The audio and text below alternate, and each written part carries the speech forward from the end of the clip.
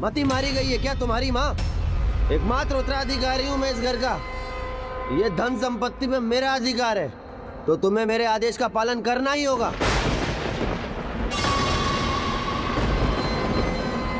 ये वृद्धा अभी भी पत्थर की मूर्त बनी खड़ी है। आपने तो कहा था कि हमारा सत्कार होगा, स्वागत होगा, भोजन की व्यवस्था होगी, लेकिन ना तो यहाँ पर विश्राम की व्यवस्था है ना ही भोजन की। हम कितने थके हुए हैं। ए वृद्धा सुन, ये थकी हुई हैं, पहले इनका आदर सत्कार कर और फिर जाके मेरे लिए स्वादिष्ट हलवा बना कर ला।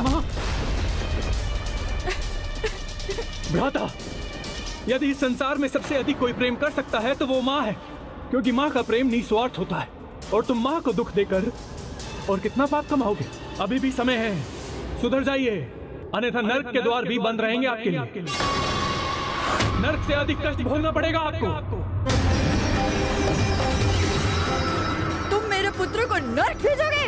अपने स्वामी को, जिसके घर में गौ से जन्म लिया तुमने, उसको नर्क भेजोगे तुम? यदि तुमने मेरे पुत्र धुंधकारी के बारे में कुछ भी और भला बुरा कहा तो मुझसे बुरा कोई नहीं होगा। स्वामी को हमसे अलग करके तुम हमारा बुरा तो कर ही चुके हो। जो तुम्हें अपना पुत्र मानते थे वो तो कब के चले गए, तो तुम क्यों रुके हो यहाँ? हमारी धन संपत्ति पे घात लगाए हुए हो क्या? नहीं माँ, मेरी धन संपत्ति में कोई रुचि नहीं है। जाते जाते पिताश्री ने मुझसे वचन लिया था कि जब तक आप यहाँ हैं मैं यहीं रहकर आपकी सेवा करूं। तो मैं भी आज तुमसे एक वचन लेती हूँ कि यदि तुम्हें यहाँ रहना है तो चाहे कुछ भी हो जाए, तुम हमेशा शांत रहोगे। मेरे और मेरे पुत्र के बीच में आने का प्रयास नहीं करोगे, भले ही वो कुछ भी करे।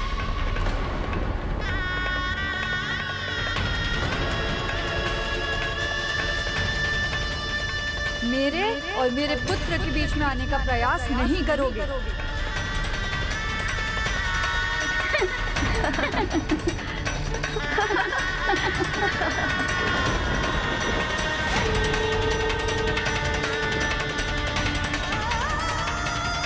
इस दिन एक ओर जहाँ धुंधली विवश थी और अपने विनाश का स्वागत स्वयं अपने हाथों से कर रही थी, वहीं दूसरी ओर गोकर्ण अपने माता पिता के वचन से बंधा था।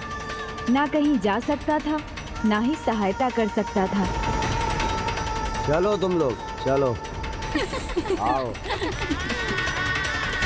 किंतु जिसकी प्रवृत्ति धर्म कर्म में हो वो उससे कभी नहीं डिगता।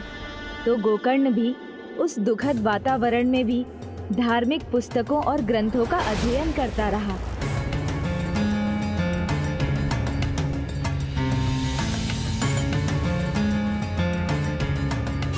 जबकि धुंधकारी अपने पिता के कमाए धन को ही नहीं अपितु अपने वर्तमान, अपने भविष्य को भी नष्ट करने में लगा था और विलासिता में डूबकर अपने जीवन को नष्ट कर रहा था।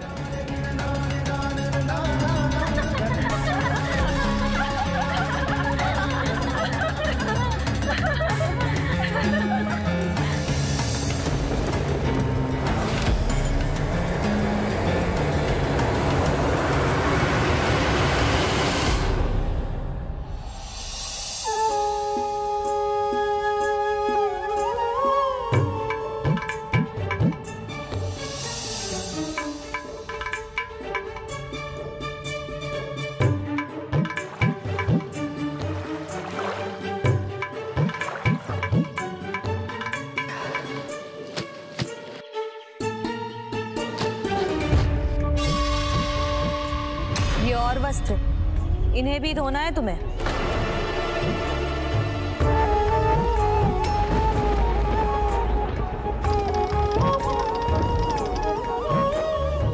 कुछ दिनों में पुत्र का विवाह होगा, पुत्र वधू आएगी, मेरी सेवा करेगी, मैं ये सारे सुख भोगूंगी।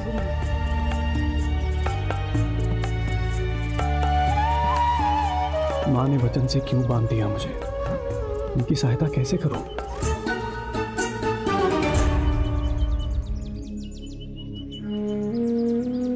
माँ, आप थक गई हैं, मैं कुछ कार्य कर देता हूँ। माँ मुझे अनुमति दे दीजिए, मैं आपकी सहायता करना चाहता हूँ। कभी कभी मनुष्य अपने भाग्य का निर्माता स्वयं होता है। स्वामी के साथ जाने को नकार कर ये भाग्य मैंने अपने लिए स्वयं रचा है।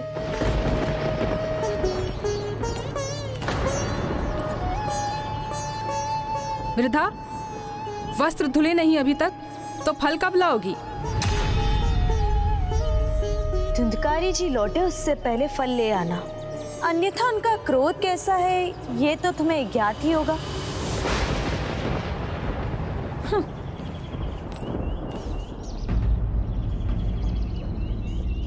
माँ, मुझे धन संपत्ति में कोई रुचि नहीं है। मैं केवल पिताश्री की आज्ञा का पालन कर रहा हूँ। मुझे आज्ञा का पालन करने दीजिए। ये फल अगर मैं ले आऊंगा तो आपका वचन भंग नहीं होगा। माँ, मुझे आपकी सहायता करने दीजिए।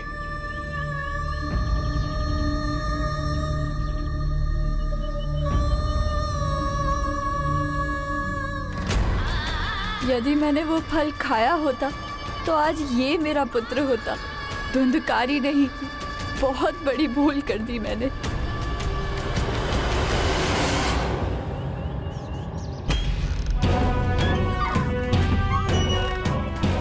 लीजिए स्वामी, मदिरा लीजिए। चलो सेवा करती रहो मेरी तुम लोग।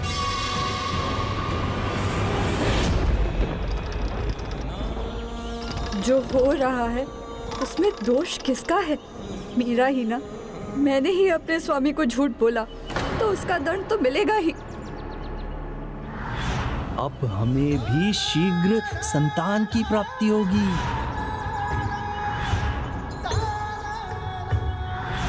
समझने का प्रयास कीजिए। आप बिगाड़ कर उद्दंड बना रही हैं उसे। हम दोनों पे भारी पड़ेगा हमारा पुत्र। जो आज दूसरों के साथ कर रहा है ना, कल हमारे साथ करेगा। आप स्वयं तो जा ही रहे हैं, मुझे भी ये सुख और ऐश्वर्य छोड़कर वन जाने के लिए कह रहे हैं। आपको जाना है तो आप जाइए, मैं यहीं रहूंगी। स्वामी, आपको ना कहकर भूल कर दी मैंने। यदि आपके साथ गई होती तो मुझे भी आपकी तरह मुक्ति प्राप्त हो गई होती।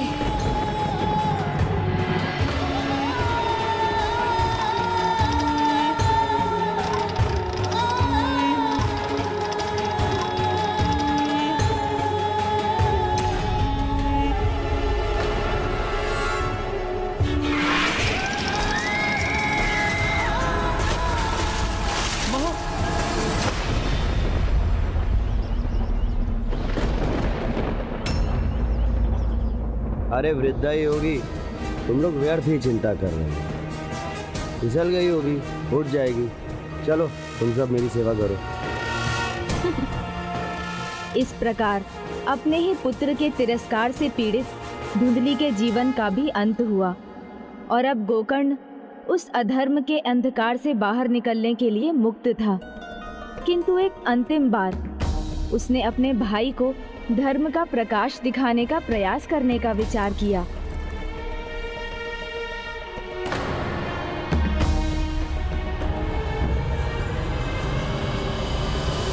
रुको, कहाँ बढ़े जा रहे हो? मैं अपने भ्राता से मिलने आया हूँ। कोई भाई बंधु नहीं रहता तुम्हारा यहाँ धर्मात्मा जी? आप माने या ना माने, किंतु आप मेरे बड़े भाई हैं और मैं नहीं देख सकता कि आपका कर्म, आपका भाग्य आपको नरकलोक की अग्नि में जलने पर विवश करते या उससे भी बुरा आपको पिशाच योनि में अनंत काल तक कष्ट भोगने पर विवश करते। इसीलिए आज एक अंतिम प्रयास करने आया हूं, आपको धर्म पथ पर ले जाने का। मुझे कोई उपदेश नहीं सुनना है। दुर्भाग्य तुम्हारा है कि मेरे पास उपदेश सुनने का समय ही नहीं है, और वैसे भी अब माता पिता तो रहे नहीं, तो तुम्हारा यहाँ क्या काम? चलो जाओ यहाँ से। भ्राता, मैं तो केवल प्रयास कर रहा था आपकी सहायता करने का। प्यासे को कुएं के पास ले जा सकते हैं, किंतु जल तो स्वयं ही ग्रहण करना होता है। अब यदि आपने चुनाव कर ही लिया तो मैं विवश हूं। कहते हैं घर एक मंदिर होता है, किंतु ये तभी होता है जब उसमें रहने वाले धार्मिक और संस्कारी होते हैं। किंतु अधर्म और कुसंस्कार उसी घर को शमशान बना देते हैं। गोकर्ण को बाहर कर उसने धर्म और संस्कार की प्रेरणा का भी अंत कर दिया था। अब घर धर्म की नहीं, अधर्म की पहचान बन गया था। फिर समय बीतता गया। अब एक ओर गोकर्ण ज्ञान और तप अर्जित कर रहा था, तो दूसरी ओर बुरी संगति के प्रभाव में पड़ा धुंधकारी अपना सब कुछ खो चुका था। मदिरा चाहिए मुझे। मदिरा कहाँ है? नहीं है मदिरा, समाप्त हो गई। तो कोई लेकर क्यों नहीं आया? कहाँ से लाए? धन कहाँ है?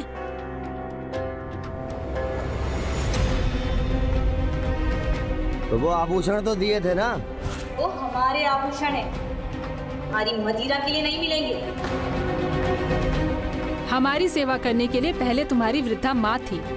अब न ही सेविका है ना ही धन, तो अब हम यहाँ क्यों रहे? धन के कारण हम तुम्हारी सेवा करते थे। क्यों ना जाए हम उसके पास जो हमारे ऊपर धन व्यय कर सके? हाँ, क्यों ना जाए हम उनके पास?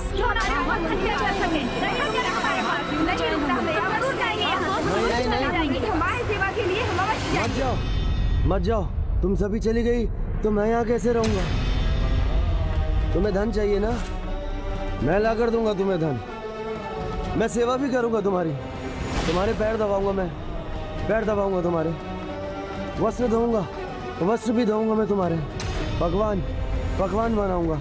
पकवान बनाऊंगा तुम्हारे लिए। वो सब तो ठीक है, किंतु धन का क्या करें? धन लाऊंगा ना, अवश्य लाऊंगा धन। तुम लोग यहाँ मेरी प्रतीक्षा करो, और अगर मैं शीघ्र नहीं लौटा तो मैं तुम लोगों को रुकने के लिए नहीं बोलूंगा, पर तुम लोग यहीं मेरी प्रतीक्षा करो, मैं शीघ्र लौट कर आता हूँ।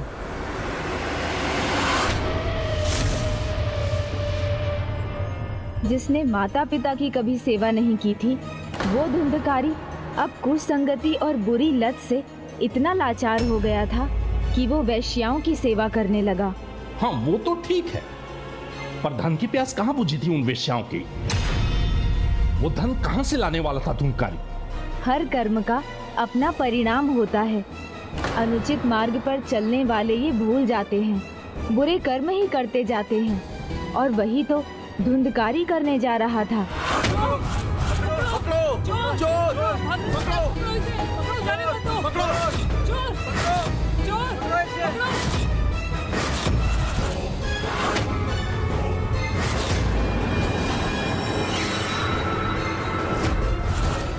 रुको, तुम पकड़े जाओगे।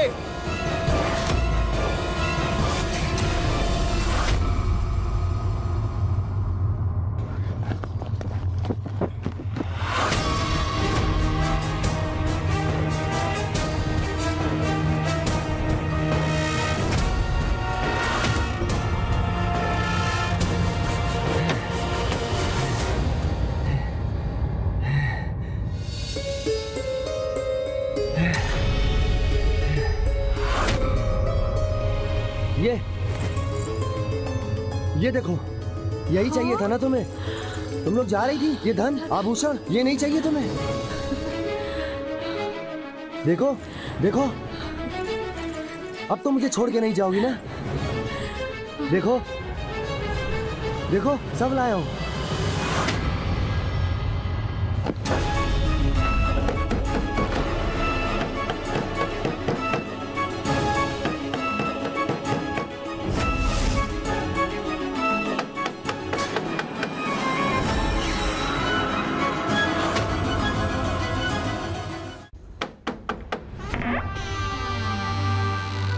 जी कहिए।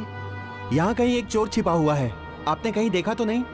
दुस्साहसी राजभवन से चोरी कर लौटा है। चोर? अरे नहीं नहीं, यहाँ कोई चोर नहीं आया, मैंने तो नहीं देखा। ये आत्मदेव जी का घर है ना? जी, ये उन्हीं का घर है, मैं उन्हीं का पुत्र हूँ। और यदि मुझे चोर दिखाई देगा तो मैं... आत्मदेव जी जैसे सम्माननीय महापुरुष का घर है ये। क्षमा कीजिए, आपसे मैंने बहुत प्रश्न पूछे। अब आप कह रहे हैं तो यहाँ चोर नहीं आया होगा। जी।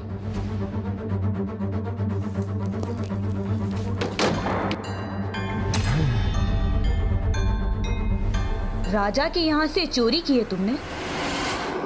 तुम सबको धन चाहिए था ना, तो धन तो मैं ले आया। अब फिर वो धन मैं कहाँ से लाया, इससे क्या अंतर पड़ता है? जाओ उत्सव की तैयारी करो और बढ़िया भोज बनाओ। जाओ। अरे ऐसे क्या देख रही हो? माँ के समान स्वादिष्ट हलवा बना के लाओ। जाओ।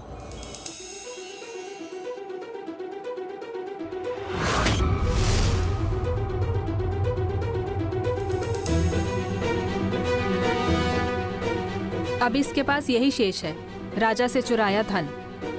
यदि सैनिकों ने पकड़ लिया तो हम सब मारी जाएंगी। हम क्यों मारी जाएं? क्यों ना हम सब मिलकर इसी को मार डालें?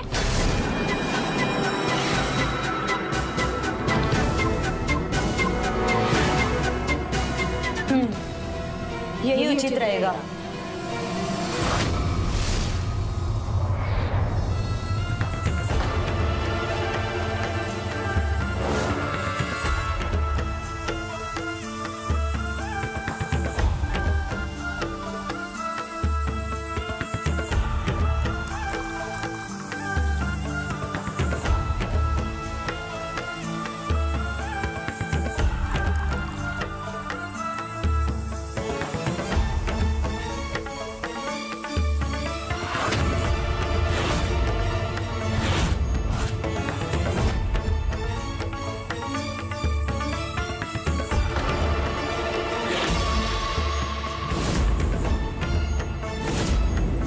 व्यक्ति का प्रत्येक कर्म बीज के समान होता है। जैसा बीज बोया जाएगा, फल भी वैसा ही आएगा।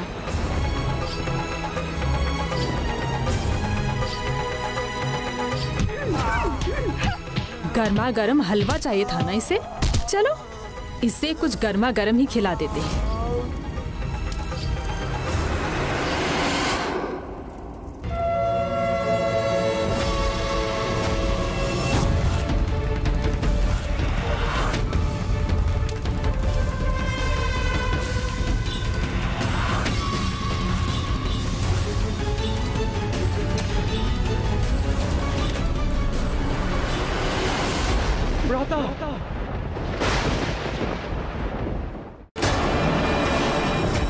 तुम भी जाओ अपनी वृद्ध माँ के पास।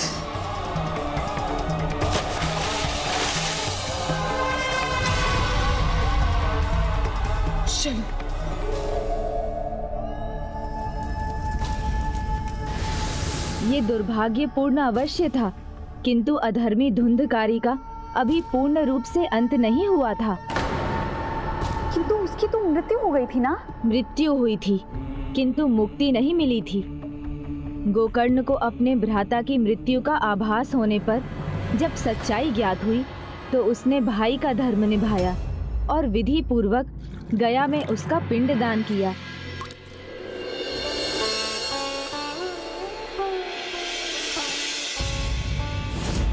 पिंडदान के बाद जब वो अपने घर गया तो उसने जो देखा उसकी कल्पना नहीं की थी गोकर्ण ने।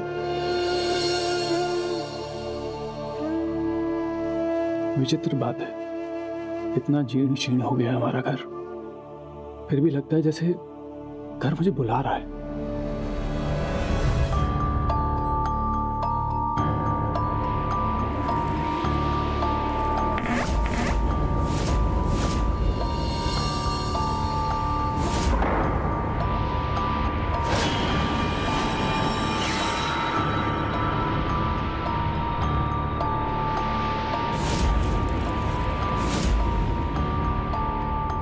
यहाँ तो कुछ शेष नहीं, यहाँ रुकने का कोई लाभ नहीं।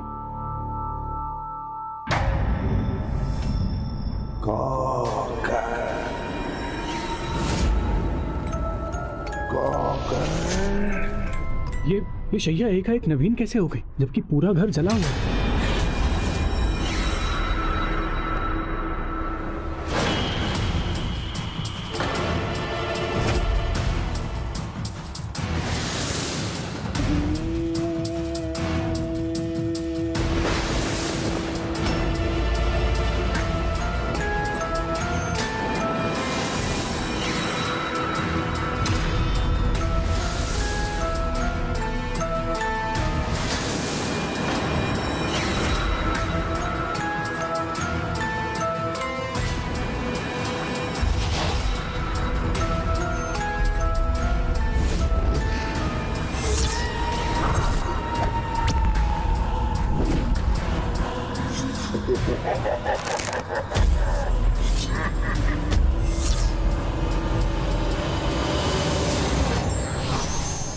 व्यक्ति विचार से स्वतंत्र हो सकता है, किंतु संस्कारों से नहीं, अन्यथा वो हानि स्वयं की ही करता है। For more updates, subscribe to our channel, click the show links and enjoy watching the videos.